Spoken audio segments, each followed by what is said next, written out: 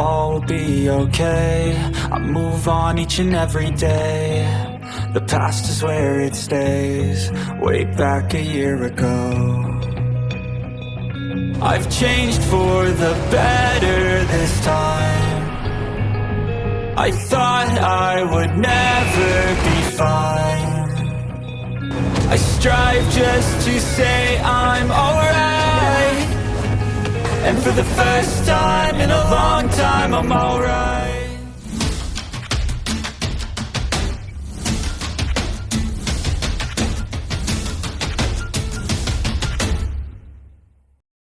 Perisai itu berubah menjadi cairan. Perubahan datang terlalu tiba-tiba, tetapi itu mengubah hasil pertarungan. Bahkan Bebe, yang paling akrab dengan Susanshi, tidak tahu bahwa teman baiknya ini memiliki kemampuan seperti itu. Tidak ada yang juga menduga bahwa keterampilan jiwa ini akan menjadi merek dagang Susanshi. Itu memiliki kekuatan yang menakutkan yang hampir tak tertahankan. Namanya adalah keturunan Xuanwu. Ini adalah kekuatan tambahan yang dimiliki oleh perisai Xuanwu. Namun, Susanshi hanya bisa menyerang dalam jarak dekat, karena dia belum bisa sepenuhnya mengendalikan perisai. Selain itu, area yang bisa dia tutupi sangat kecil, dan dia hanya memiliki satu kesempatan. Begitu lawannya menghindari serangan ini, dia tidak akan lagi memiliki peluang untuk menang. Itu sebabnya dia menunggu. Ketika pedang lawannya yang berkedip menusuk ke dada kanannya yang sengaja dia ungkapkan, dia tahu bahwa kesempatan telah tiba. Chen An menurunkan penjagaannya sesaat setelah dia mendapatkan apa yang diinginkannya dan melambat dengan hentakan. Ini memberi Susanshi kesempatan untuk melepaskan serangan habis-habisan ke arahnya. Kilatan petir dari pedang tidak menyebabkan bahaya bagi Susanshi. Hanya pedang-pedang yang menusuk menembusnya yang membuatnya sangat kesakitan. Air menghantarkan listrik. Selain itu, Susanshi memiliki perisai Xuanwu. Dia bisa menekan lawannya sepenuhnya menggunakan jiwa bela dirinya. Itu sebabnya petir dari pedang dilakukan keluar dari tubuhnya oleh kekuatan jiwanya yang seperti air. Itu tidak mudah untuk menyakiti master jiwa tipe pertahanan. Reaksi pertama Chen An dilanda riak air adalah meledak keluar. Dia ingin menarik pedangnya, tetapi dia tidak bisa melakukannya lagi. Susanshi mengencangkan otot-ototnya dan kedua tangannya memegang pedang dengan sangat erat. Chen An tidak punya pilihan selain melepaskan pedangnya karena kekuatan bukan keahliannya. Dia tenang dengan kecepatannya, jadi sangat penting baginya untuk tidak tertangkap. Baut petir menyinari pedangnya yang lain, dan ledakan kuat bergema darinya. Air yang tidak murni menghantarkan listrik, dan pancaran dari perisai Xuanwu berisi jejak air. Cairan kental mencegah Chen An, seorang insinyur jiwa kelas 5 dan raja jiwa, melarikan diri. Darah segar mengalir ke dada dan telapak tangan Susanshi saat dia menarik pedang yang berkedip dari dadanya dan menatap dingin pada Chen An yang terperangkap, yang dikelilingi oleh cahaya hitam yang dikonversi dari perisai Xuanwu. Selamat tinggal. Sosok Xuanwu ilusi di belakang Susanshi berubah menjadi Xuanwu Shield lain saat cahaya hitam melintas. Mata ular pada perisai kemudian menembakkan lampu merah, menyebabkan cahaya hitam yang menjebak Chen An menjadi merah dalam sekejap. Berhenti. The Heaven Fin Douluo melangkah maju dan berusaha menghentikan serangan Susanshi. Namun, metode serangan bawaan Xuanwu Shield terlalu aneh. The Heaven Fin Douluo mendirikan lapisan cahaya untuk memisahkan keduanya dan mengulurkan tangannya untuk menarik Chen An keluar. Namun, dia dengan cepat menarik tangannya ketika dia merentangkannya ke dalam cairan merah, seolah-olah dia terkejut. Ekspresi Heaven Fin Douluo telah berubah karena perasaan mengerikan yang dia alami. Rohnya bergetar dari aura kesedihan Xuanwu. Setelah itu, dia menyaksikan Chen An menghilang di dalam cairan merah. Atau lebih tepatnya, dia meleleh di dalam cairan. Serangan ini tidak lagi hanya disebabkan oleh kekuatan Susanshi. Dia menjadi perantara antara Xuanwu yang mengendalikan elemen air dan bumi. Hanya ada 3 cara untuk mencegah pukulan ini mendarat. Yang pertama adalah untuk menghindari terkena bola cahaya hitam yang dikonversi dari Xuanwu Shield. Jari-jari bola cahaya hitam itu hanya 3 meter, dan itu hanya bisa digunakan sekali setiap 3 hari, sama seperti keterampilan fusi jiwa bela diri Wang Dong dan Huo Yuhao. Lebih jauh, itu harus dilepaskan dalam bentuk Xuanwu yang dibangunkan. Cara kedua adalah membawa Su Sanxi turun sebelum keturunan Xuanwu dilepaskan sepenuhnya. Ini adalah satu-satunya cara untuk mengakhiri ritualnya memanggil keturunan Xuanwu. Cara terakhir adalah menekan Xuanwu dengan jiwa bela diri seseorang. Namun, ini sangat sulit. Ini adalah pertama kalinya Su Sanxi menggunakan keterampilan bawaan ini, atau lebih tepatnya keterampilan keturunan ini. Chen An juga korban persembahan pertama menuju keturunan Xuanwu. Gerangan sedih terdengar dari bawah panggung. Semua orang dari tim Sun Moon akan menjadi gila. Guru mereka bahkan akan segera naik ke tingkat kompetisi. Ini yang ketiga. Ini adalah anggota ketiga dari tim mereka yang tewas di turnamen. Bagaimana ini bisa terjadi? Guru mereka benar-benar bingung sekarang. Tidak mungkin dia bisa bertanggung jawab kepada dekan setelah 3 talenta akademi yang luar biasa telah terbunuh. Su Sanxi tidak melihat semua ini. Begitu Chen An berasimilasi dengan sinar merah, dia pingsan dan pingsan. Beban padanya bahkan lebih besar saat ini, dia tidak berakting lagi. Dia berhasil mengalahkan 2 raja jiwa sebagai leluhur jiwa. Dia sudah banyak berkontribusi untuk kemuliaan Shrek. Selain itu, dia hanya seorang master jiwa tipe pertahanan. Hambatan defensif pada tahap kompetisi diproyeksikan ke dalam. Ini untuk mencegah keluarnya kekuatan dari panggung, dan hambatan hanya mengerahkan kekuatan searah. Itulah mengapa sangat mudah bagi semua orang dari tim Sun Moon untuk menerobos panggung menuju Su Sanxi. Berhenti. The Heaven Fin Douluo berteriak. Meskipun dia merasa suram, dia masih harus menahan tim Sun Moon, karena dia adalah wasit. Tim Sun Moon tidak bisa lagi menahan diri karena mereka terlalu emosional. Sinar alat jiwa yang tak terhitung jumlahnya ditembakkan ke arah Su Sanxi, yang telah roboh ke tanah. Namun, sosok yang kurang ajar muncul di tengah panggung pada saat ini, dan semua sinar cahaya secara instan tersebar. Lapisan kuning tak berbentuk tampak menyebar di udara.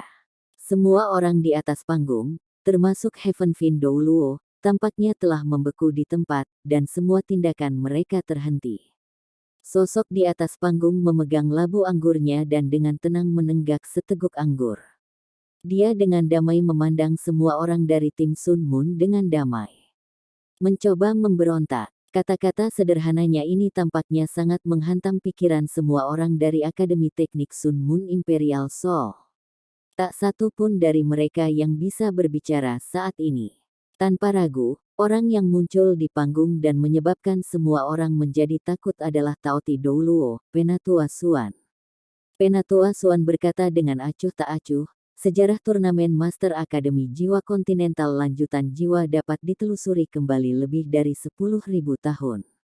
Bahkan ketika Aula Marsial Jiwa mengendalikan semua penguasa jiwa di benua itu, turnamen belum pernah terganggu sebelumnya. Silakan temukan wasit jika seseorang terbunuh dan Anda ingin membalas dendam. Menurut aturan, semua anggota yang bersaing harus memberikan segalanya untuk menunjukkan kemampuan mereka yang sebenarnya. Siapa yang bisa menahan setelah mereka memberikan semua? Selanjutnya, wasit bertugas memantau kompetisi. Jika seseorang meninggal, wasit yang bersalah. Apa hubungannya dengan anggota tim kami? Jika ada yang berniat melanggar peraturan berumur 10.000 tahun ini, mereka bisa datang mencari saya. Dia berbalik dan berjalan menuju Su Sanxi saat dia berbicara, lalu membungkuk dan mengangkat Su Sanxi. Sinar kuning lembut disuntikkan ke tubuh Su Sanxi, yang segera memilahnya. Itu juga menyegel pembuluh darah tempat luka-lukanya berada. The Heaven Fin Douluo Huang Jinsu sangat tertekan setelah mendengar ini. Garis-garis hitam yang halus tampak terkulai dari dahinya. Mengapa orang tua ini masih hidup? Namun, dia tidak mengatakan apapun sebagai tanggapan. Penatua Xuan berbalik sekali lagi ketika dia mencapai ujung panggung. Turnamen harus dilanjutkan, kecuali jika Anda ingin menjadi sasaran semua lelucon. Oh ya, saya tidak peduli jika yang lain mati, tetapi jika orang-orang kecil ini mati, saya tidak dapat menjamin bahwa saya tidak akan menjadi gila. Saya tidak berpikir ada orang di sini yang bisa menghentikan saya jika saya menjadi gila. Petik 2. Ini adalah ancaman yang jelas. Namun, tidak ada yang berani membuka mulut mereka. Hanya setelah Penatua Xuan membawa Su Sanxi turun panggung, semua orang dari Akademi Teknik Kekaisaran Sun Mun berhasil bergerak lagi. Para siswa masih ingin memprotes, tetapi guru mereka mengulurkan tangannya dan menghentikan mereka. Guru, kita hanya akan meninggalkan hal-hal seperti ini. Kami, Marulong memprotes dengan marah. Diam. Guru mereka berteriak, apakah kamu tahu siapa itu? Dia yang terkuat di Akademi Shrek, dan dia juga salah satu dari 5 teratas di benua itu. Gelarnya adalah Taoti, dan dia adalah Douluo Transcendent peringkat 98. Dia memiliki kekuatan yang menakutkan dekat dengan Douluo Ultimate. Jika dia menjadi gila, dia bisa membuang sampah ke kota ini. Bahkan Hallmaster tidak akan berani menantangnya jika dia ada di sini. Tidak ada yang menyangka dia akan tampil di final hari ini. Petik 2. Setelah dia berbicara, seolah-olah semua orang dari tim Sun Mun telah disiram dengan baskom berisi air es. Mereka semua merasakan hawa dingin di hati mereka. Sebagai insinyur jiwa, mereka percaya bahwa insinyur jiwa akan melampaui tuan jiwa di masa depan. Tapi peringkat 98 terlalu tinggi untuk mereka, itu di luar pengetahuan mereka. Di Kekaisaran Sun Mun, tidak ada Douluo Transcendent tunggal. Peringkat 98 bahkan lebih konyol. Apakah kita benar-benar akan membiarkannya begitu saja? Xiao Hongchen bertanya dengan marah. Guru mereka pucat ketika dia berkata, Taoti mungkin sangat kuat, tetapi dia peduli dengan wajahnya sendiri. Selama kita tidak mengganggunya, dia tidak akan melakukan apapun pada kita. Dia tidak akan mengganggu turnamen selama semuanya berjalan sesuai aturan. Mari kita semua tinggalkan panggung. Dia juga benar bahwa sebagian besar kesalahan wasit bahwa anggota tim kami terbunuh. Akademi akan mencari ganti rugi untuk masalah ini. Petik 2. Sudah terbukti bahwa Douluo Transcendent sudah cukup untuk menekan semua orang. Bahkan Star Luo Emperor dan White Tiger Duke tidak berkomentar, malah hanya menonton dari jauh. Kaisar Bintang Luo, Su Jiawei, mengungkapkan pandangan termenung, sedangkan Adipati Macan Putih mengerutkan alisnya dan sepertinya memikirkan sesuatu. The Heaven Fin Douluo sangat bangga dan menarik diri. Jika itu orang lain, dia akan membalas meskipun itu di depan 100.000 penonton. Namun, dia tidak berani melakukannya di depan Penatua Xuan. Itu karena dia telah bertengkar dengan Penatua Xuan 20 tahun yang lalu, dan tidak bernasib lebih baik daripada pelindung Douluo tertentu dari keluarga kerajaan Star Luo Empire. Huang Jinsu mengambil napas dalam-dalam, dan mencoba yang terbaik untuk menenangkan dirinya. Tidak ada yang memalukan dari dipermalukan oleh Penatua Xuan. Meskipun Penatua Xuan telah mengalihkan kesalahan kepadanya, dia tidak membantah dan menanggung penghinaan. Kedua tim, tolong kirim anggota yang bersaing berikutnya ke atas panggung. Dari Shrek Academy, kami memiliki Bei.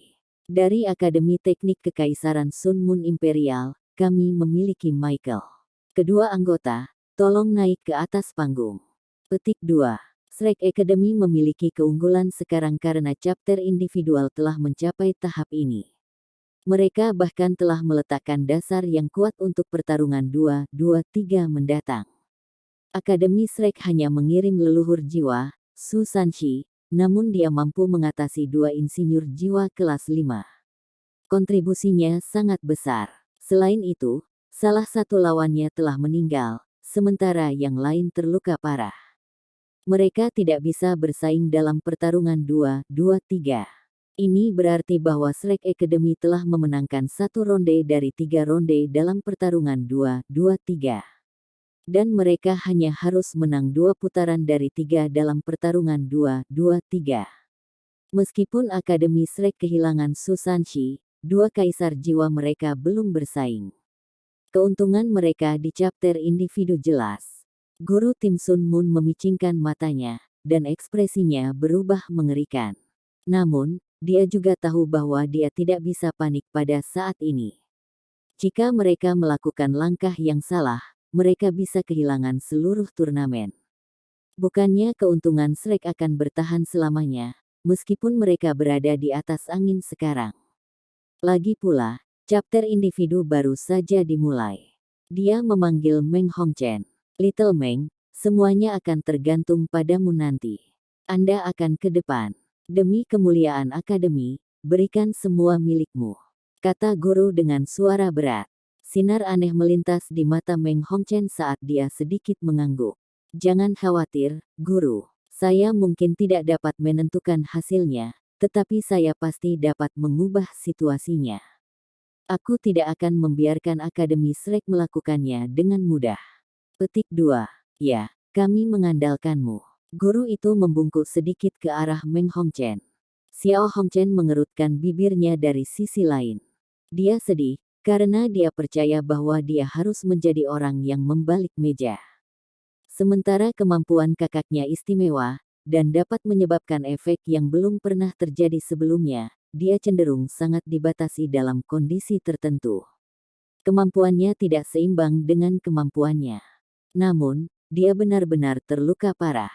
Meskipun dia mungkin bisa berpartisipasi dalam pertarungan 2-2-3, dia tidak akan berguna di chapter individu.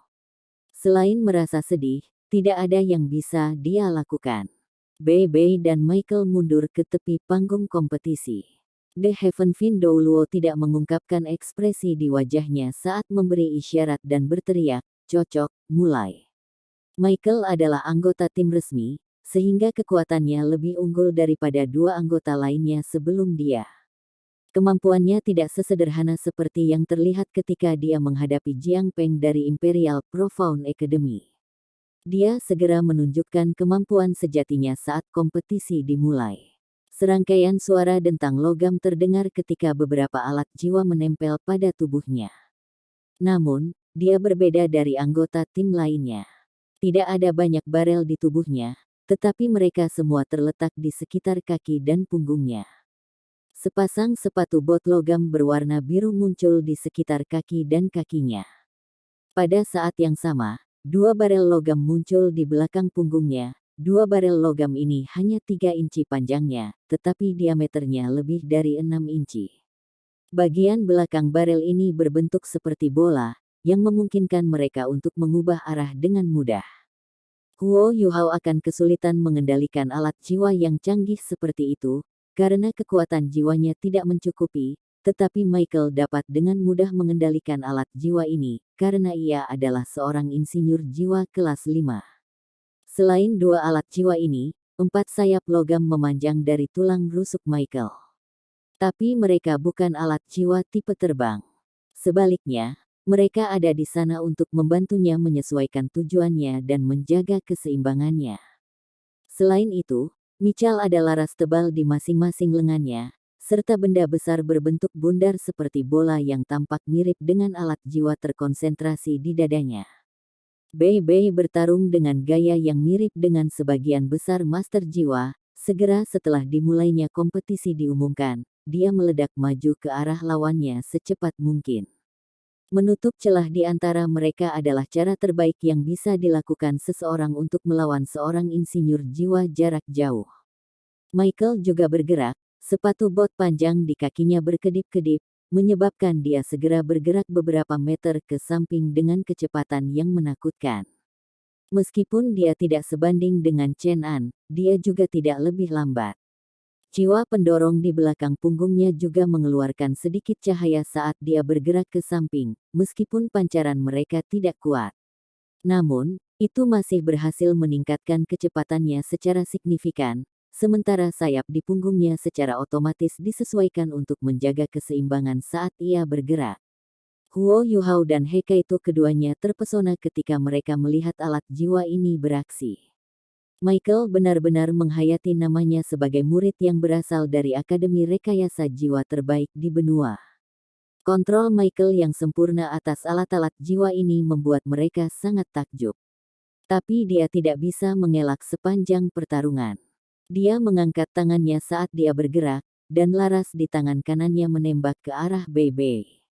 Bola cahaya merah tua berbentuk oval dengan cepat melesat ke udara dan terbang tanpa ritme apapun.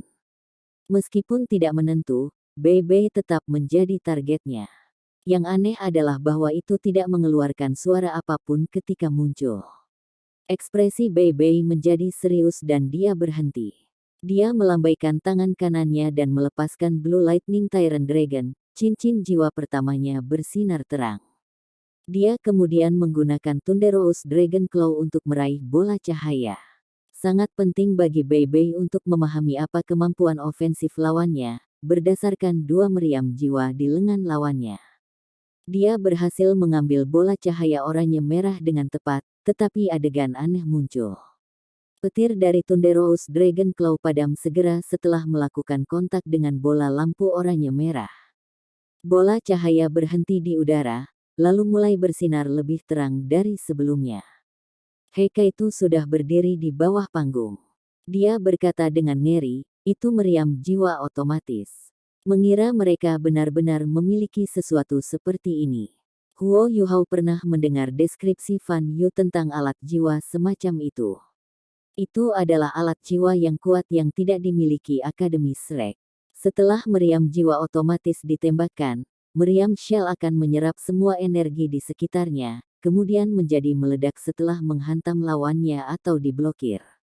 Yang paling menakutkan adalah bisa meledak kapan saja. Ini berarti bahwa Michael dapat membuatnya sehingga meriam hanya meledak beberapa detik setelah disentuh. Secara umum, itu akan meledak antara 1 dan 5 detik setelah kontak. Lagi pula, meriam-meriam adalah entitas berenergi tinggi yang dikompresi dari kekuatan jiwa, itu tidak bisa dikendalikan terlalu lama. Tetapi banyak hal yang masih bisa diputuskan dalam periode waktu ini. Inilah yang terjadi sekarang. Ketika dia melihat peningkatan intensitas cahaya yang tiba-tiba, Bei Bei tidak punya pilihan selain berhenti dan melompat ke samping. Bola cahaya merah meledak setelah 1 detik, kekuatan ledakannya yang menakutkan menciptakan lingkaran, cahaya merah tua dengan diameter lebih dari 1,5 meter, dan kekuatan ledakan yang bahkan lebih besar, muncul. Cahaya itu menyebabkan udara dalam radius 3 meter terdistorsi dimanapun ia lewat. Bei Bei menjadi pucat dan ingin mengutuk. Alat jiwa ini terlalu kuat. Dia kemungkinan akan terluka kritis jika dia dipukul langsung sekali saja. Untungnya, meriam jiwa otomatis menembak pada kecepatan yang agak lambat karena kekuatannya yang besar, karena sejumlah besar kekuatan jiwa harus dikumpulkan sebelum meriam itu bisa ditembakkan. Pada saat meriam-meriam pertama meledak, meriam-meriam Michael yang kedua baru saja ditembakkan dari laras di tangan lainnya. Jenis alat jiwa ini sangat berguna, tetapi panas yang dihasilkannya dapat dengan mudah menyebabkan larasnya retak, dan tidak bisa ditembakkan berulang kali. Karena itu, Michael memilih untuk menembak dengan laras lainnya. Marulong telah menyebutkan sebelumnya bahwa pertempuran jarak dekat bukanlah keahliannya. Meriam jiwa otomatis ini yang muncul di turnamen ini untuk pertama kalinya adalah kartu truf yang sebenarnya. Tentu saja, ada juga bola merah yang mulai menyala di depan dadanya, itu pasti akan menjadi sesuatu yang kuat juga. Tubuh Michael bergerak cepat ketika ia menyerang dalam upaya terus-menerus untuk menjaga jarak terjauh dari Bei Bei. Peluru meriam kedua ini melintas di depan jalan yang Bei Bei harus ikuti jika dia ingin sampai kepadanya. Sinar dingin melintas di mata Bei Bei. Kali ini ia aktif bergerak untuk bertabrakan dengan meriam, daripada menggunakan keterampilan jiwa untuk mencegatnya. Senyum dingin terungkap di wajah Michael. Dia berpikir dalam hati, apakah kamu mencoba menghindari seranganku? Cangkang meriam saya telah mengunci Anda, kamu tidak bisa menghindarinya. Setelah Anda terkena, Anda akan mandek, dan saya akan bisa membalas dendam untuk saudara-saudara saya. Petik 2. Ketika meriam-meriam di depan Bei Bei, ia mengangkat tangan kirinya dan meraihnya. Mengapa dia memegang meriam? Inilah yang dipikirkan oleh setiap penonton. Di mata tim Sun Moon, lengannya pasti akan lumpuh, bahkan jika dia tidak mati. Gerakan Bei Bei berurutan. Saat dia meraih kulit meriam, langkah kakinya menjadi sedikit lebih cepat. Ketika dia meluncur ke arah meriam, tubuhnya menjadi sedikit ilusi. Dia melepaskan peluru meriam, tetapi peluru meriam itu kembali menempel ke arahnya saat dia melacaknya. Tapi Bei Bei juga merenggut tangan kirinya ke bawah pada saat ini. Peluru meriam, yang berjarak kurang dari 1 kaki jauhnya, tampaknya dipandu oleh telapak tangannya, dan terbanting ke tanah. Itu benar-benar hancur oleh dampaknya. Bei Bei kemudian meledak maju dengan kecepatan yang meningkat saat dia mendorong dirinya sendiri dari tanah dengan ujung jari kakinya, meningkatkan jarak antara selongsong meriam dan dia hingga lebih dari 3 meter. Sebuah ledakan menggema dari belakangnya, seolah-olah matahari tampak bersinar terang di punggungnya. Aku harus membalas budi padamu. Karena Anda telah memberi saya 2 telur, saya akan memberikan 1 untuk Anda sebagai balasannya. Pergelangan tangan kanan Bei Bei tersentak ketika dia melemparkan benda seperti bola hitam ke arah Michael. Entitas seperti bola ini berbentuk oval, dan lintasannya tidak seirama dengan cangkang meriam jiwa otomatis. Itu melengkung di udara saat terbang menuju Michael. Michael baru saja menembakkan meriam ketiganya pada saat ini, dan dikejutkan oleh bagaimana peluru meriam keduanya dihancurkan ke tanah oleh Bei Bei. Namun, dia segera menyesuaikan meriam ketiganya sehingga peluru meriamnya akan meledak secara instan. Jika Bei Bei berani menggunakan metode yang sama lagi, meriam akan meledak saat dia melakukan kontak dengannya. Namun, sangat disayangkan bahwa dia tidak bisa menyerap energi lebih lanjut dari keterampilan jiwa Bei Bei, karena tidak mungkin Bei Bei akan menggunakannya lagi. 2 objek seperti bola tampak saling terkait saat bola cahaya merah mencapai Bei Bei hampir secara instan. Bei Bei melakukan tindakan seperti limbo yang tak terduga saat dia maju. Dia terus maju, tetapi bagian atas tubuhnya bengkok ke belakang. Dia melemparkan kedua tangannya ke belakang juga, menyebabkan bola cahaya merah didorong ke belakang oleh pasukan khusus. Meskipun demikian, tetap terkunci ke Bei Bei, dan terus mengejarnya setelah terbang 3 meter. Sebuah panah yang dimuat tersembunyi di lengan Bei Bei tiba-tiba terbang keluar dan mengenai bola cahaya pada saat ini. Begitu peluru meriam jiwa otomatis Michael dipukul, itu akan meledak. Dengan kata lain, ia tidak akan terus mengejar targetnya lagi. Lagi pula itu tidak terlalu pintar. Sebuah ledakan memekakkan telinga yang menghasilkan panas luar biasa bergema dari belakang Bei Bei, tapi Bei Bei tidak terkena gelombang kejut saat ia terus bergerak maju. Sudah selesai dilakukan dengan baik. Bahkan Penatua Suan tidak bisa membantu tetapi mengatakan ketika dia melihat adegan ini. Dia sangat kagum. Bei Bei telah berurusan dengan alat jiwa lawannya dengan sangat cemerlang.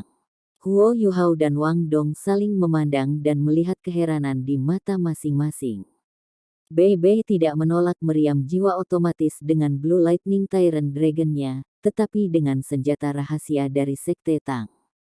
Sebagai murid tertua Sekte Tang, dia akhirnya mengungkapkan kemampuan sebenarnya yang telah dia sembunyikan begitu lama di turnamen. Dia telah menggunakan teknik rahasia Tang Sekte. Sementara Bei Bei menangani meriam jiwa otomatis ketiga, bola logam yang dia lemparkan mencapai Michael. Michael tidak ceroboh, tetapi secara tidak sadar dia masih sangat dicemooh. Sebagai siswa berprestasi dari Sun Moon Imperial Soul Engineering Academy, ia berkenalan dengan sejarah alat jiwa. Alat jiwa yang dilempar telah ada sejak lama, tapi dia tidak bisa memikirkan yang kuat di antara mereka yang sebesar ini. Bukan hanya kesombongan bagi Bei Bei untuk melemparkan alat jiwa yang dilemparkan ke arah insinyur jiwa kelas 5 seperti dia, itu jauh lebih buruk daripada kesombongan.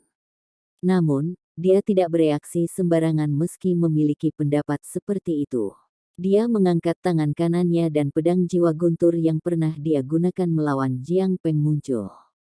Sebuah sambaran petir keluar dan berubah menjadi cambuk petir yang dia ayunkan ke arah bola logam. Petir secara alami tertarik pada logam. Dia tidak akan membiarkan bola logam mendekatinya. Sebuah ledakan sederhana tidak akan memengaruhinya dengan jarak yang dia pertahankan dari bola logam. Selanjutnya, dia dengan cepat mundur ke belakang saat dia memegang pedang, sambil juga bersiap untuk menembakkan meriam keempatnya. Bei Bei mungkin sangat gesit dalam menghindar, tetapi Michael tidak takut Bei Bei semakin dekat dengannya. Selain itu, dia bisa mengatakan bahwa Bei Bei telah menghabiskan semua kekuatannya menghindari 3 peluru meriam sebelumnya. Dia menembakkan meriam keempat ini ke tanah di depan Bei Bei, menunda lawannya sangat penting. Urutan strategi terbentuk dalam pikiran Michael. Satu-satunya hal yang tidak terlintas di benaknya adalah masalah potensial yang bisa ditimbulkan oleh bola logam kepadanya. Boom, bola logam itu pecah saat dia tersambar petir. Dibandingkan dengan meriam Michael, ledakan ini tampak sangat ringan, seolah-olah semangka telah dihancurkan. Bahkan tidak menarik perhatian banyak orang. Namun, hembusan kabut naik saat meledak. Kabut ini membawa aroma manis yang menyebar di udara. Saat kilat melintas, embusan kabut sedikit melonjak. Meracuni. Ini adalah pikiran pertama Michael. Dia disebut bakat elit dari Sun Moon Imperial Soul Engineering Academy karena suatu alasan, karena penghalang segera menyinari tubuhnya. Karena dia adalah seorang insinyur jiwa kelas 5, penghalang ini secara alami penghalang kelas 5 juga. Meskipun penghalang ini tidak bisa menahan serangan Ma Xiaotao atau keturunan Xuanwu dari Susanshi, itu masih tahan terhadap sebagian besar serangan tingkat Raja Jiwa. Dia percaya bahwa pembelaannya sudah sangat stabil. Sementara Bei Bei cukup cerdas untuk menggunakan gas beracun, dia hanya menunda serangan Michael sedikit. Gas beracun tidak banyak berguna untuknya. Tapi apakah itu benar-benar gas beracun? Suara berderak lembut terdengar. Sinar matahari tidak cukup menyinari di tengah-tengah cuaca yang suram, sehingga Michael hanya melihat sesosok hitam berkilat di udara. Suara berderak berasal dari penghalang di tubuhnya. Setelah itu, dia merasakan tubuhnya mati rasa.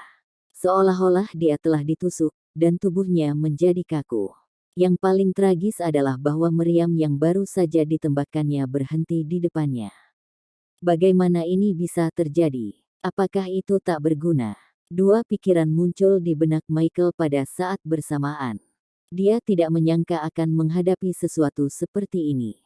Selain itu, dia tidak tahu trik apa yang digunakan Bei Bei. Namun, seberkas cahaya turun dari langit menelan tubuhnya pada saat ini. Sinar cahaya ini melindunginya ketika peluru meriam meledak.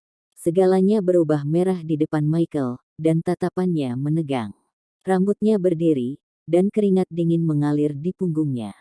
Jika seberkas cahaya datang bahkan sedetik kemudian, dia tidak akan bisa bereaksi pada waktunya. Jika dia sepenuhnya diliputi oleh cahaya merah, dia akan mengikuti jejak rekan-rekan senegaranya. Benar-benar ada garis tipis antara hidup dan mati. The Heaven Fin Douluo adalah orang yang menyelamatkannya. Hal-hal yang telah terjadi sebelumnya telah meninggalkan titlet Douluo ini di jari kakinya. Dia sudah menyiapkan satu-satunya keterampilan tipe pertahanan di telapak tangannya. Begitu dia menyadari bahwa ada sesuatu yang salah, dia segera melindungi Michael. Bei Bei tampak menyesal saat dia bergumam, sepertinya aku lebih baik. Dia menggunakan banyak telur, tetapi semuanya lebih rendah dari milikku. Petik 2. Saat sinar merah perlahan memudar, suara guntur yang teredam bisa terdengar dari langit. Cuaca menjadi lebih suram, tapi kesuraman ini tidak bisa dibandingkan dengan suasana hati tim Sun Moon. Karena Heaven Fin Douluo telah campur tangan, itu berarti bahwa Michael telah kalah. Yang tidak bisa mereka pahami adalah bagaimana Michael kalah. Bola logam apa yang dilemparkan Bei Bei? Bahkan sebagian besar dari Akademi Shrek bingung. Senjata rahasia, itu pasti senjata rahasia dari Sekte Tang. Huo Yuhao mengepalkan tinjunya dan menyaksikan Bei Bei yang kagum. Teknik rahasia Sekte Tang akhirnya muncul setelah bertahun-tahun menghilang. Namun, berapa banyak yang masih tahu tentang teknik rahasia Sekte Tang sekarang? Itu adalah senjata rahasia yang kuat dari Sekte Tang yang dikenal sebagai Balls Soul Chasing Class Turret. Sosok hitam yang muncul adalah bola logam. Setelah Clustered Soul Chasing Balls meledak, jarum Oxire yang tak terhitung jumlahnya telah terbang keluar. Sementara jarum-jarum ini beracun, kabut beracun telah muncul untuk menutupi kehadiran mereka. Balls Soul Chasing Clustered adalah di antara 10 senjata rahasia teratas di Sekte Tang, dan khusus dalam menghancurkan segala macam hambatan pertahanan. Bahkan penghalang pertahanan kelas 5 hanya bisa memperlambat jarum ini. Pada akhirnya, penghalang itu akhirnya ditembus oleh jarum, dan cangkang meriam jiwa otomatis diledakkan. BB tidak bermaksud melakukan bagian terakhir, namun itu hanya kebetulan. Michael ambruk begitu saja di tengah panggung. Otot wajah Heaven Fin Douluo berkedut, dan dia menghambur ke arah Michael untuk menopangnya. Dia dengan cepat memeriksa tubuh Michael. Meracuni. The Heaven Fin Douluo terkejut dan menoleh untuk melihat BB. BB mengangkat bahu dan berkata, "Jangan khawatir, itu tidak mematikan. Saya akan memberinya obat penawar setelah kompetisi hari ini berakhir. Bukannya aku bisa memberikannya padanya sekarang, kan?" Petik 2. Pertarungan 2-2-3 belum dimulai. Memberi lawannya penangkal sekarang berarti dia memiliki lawan lain untuk dihadapi dalam pertarungan 2-2-3. Apalagi yang bisa dikatakan Huang Jinsu. Dia hanya bisa secara pribadi mengantar Michael turun dari panggung. Akademi Shrek telah menang lagi. Hingga saat ini, hanya 1 dari 7 anggota Shrek Academy telah tersingkir, sedangkan tim Sun Moon telah kehilangan total 3 anggota. Kesimpulannya sepertinya dilupakan dalam chapter individu ini. Tuan jiwa tipe penyembuhan juga tidak berdaya melawan racun, mereka hanya mampu mengobati luka. Selain itu, tidak mudah untuk menghilangkan racun dari Sekte Tang. Sebagai pemimpin tim dari pasukan persiapan, langkah Bei Bei sangat cerdas. Sekarang salah satu dari mereka telah diracuni, tim Sun Moon akan lebih berhati-hati di tahap selanjutnya. Jika mereka habis-habisan, siapa yang akan bisa memberikan penawarnya setelah kompetisi berakhir?